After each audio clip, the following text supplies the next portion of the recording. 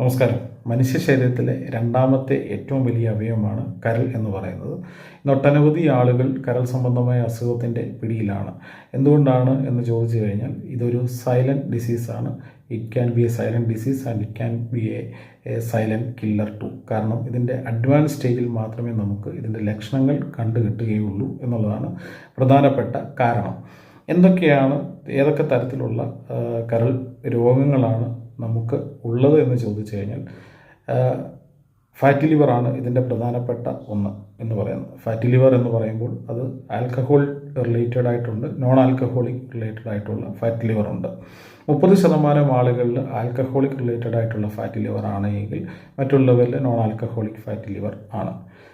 അതേപോലെ തന്നെ കരളിന് ഉണ്ടാകുന്ന ചില വൈറസ് ഇൻഫെക്ഷനുകൾ, അതായത് ഹെപ്പറ്റൈറ്റിസ് ബി, സി തുടങ്ങിയ വൈറസിൽ നിന്നും ഉണ്ടാകുന്ന കരൾ സംബന്ധമായിട്ടുള്ള അസുഖങ്ങൾ, അത് പിന്നീട് ക്രോണിക് ലിവർ ഡിസീസിലേക്കും പോകുന്നു. അതുപോലെ തന്നെ മലിനമായിട്ടുള്ള ഭക്ഷണത്തിലൂടെയും മലിനമായിട്ടുള്ള വെള്ളത്തിലൂടെയും ശരീരത്തിലേക്ക് പ്രവേശിക്കുന്ന ചില വൈറസുകൾ മൂലമുണ്ടാകുന്ന ഹെപ്പറ്റൈറ്റിസ് എ, അതുപോലെ തന്നെ ഹെപ്പറ്റൈറ്റിസ് സി, ഇത് അക്യൂട്ട് ലിവർ ഫെയിലിയറിനും കാരണമാകുന്നു. ഹെപ്പറ്റൈറ്റിസ് ബിയുടെ ഇൻഫെക്ഷൻ കൊണ്ട് തന്നെ ഹെപ്പറ്റൈറ്റിസ് ഡി വൈറസ് ഇൻഫെക്ഷനും ഉണ്ടാകാനുള്ള സാധ്യത ഉണ്ട്. അതുപോലെ തന്നെ അഡ്വാൻസ് സ്റ്റേജിൽ സിറോസിസ്, അതുപോലെ തന്നെ ക്യാൻസർ, പിന്നെ ചില ഓട്ടോ ഇമ്മ്യൂൺ ഡിസീസുകൾ, അതേപോലെ തന്നെ ജനിതക ഘടകമായിട്ടുള്ള ചില പ്രശ്നങ്ങൾ, പിന്നെ കോപ്പറിൻ്റെയും അയണിൻ്റെയും ഒക്കെ പോരായ്മകൾ കൊണ്ടുണ്ടാകുന്ന ലിവർ ഡിസീസുകളുമാണ് പ്രധാനമായിട്ടും ഉള്ളത്.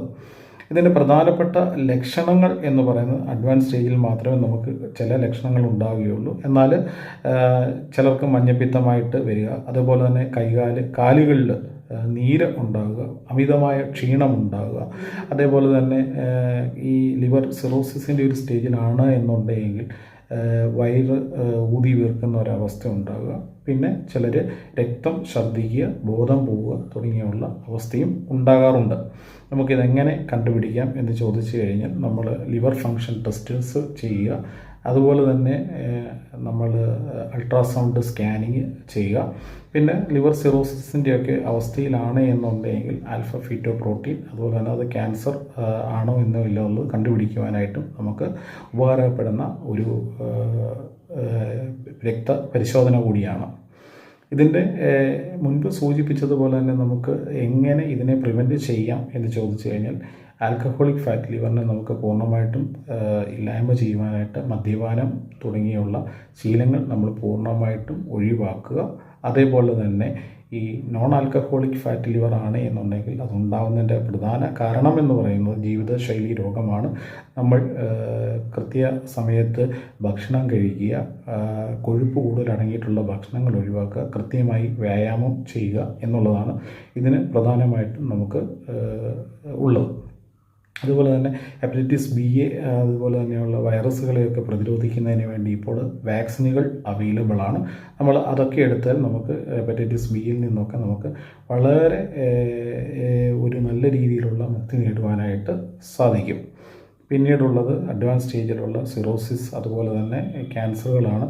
ഇതൊക്കെ നമുക്ക് രക്തപരിശോധനയിലൂടെ വളരെ കണ്ടുപിടിക്കുവാനായിട്ട് സാധിച്ചു കഴിഞ്ഞാൽ കൃത്യമായ ചികിത്സയിലൂടെ നമുക്ക് ഭേദമാക്കുവാനായിട്ട് സാധിക്കും.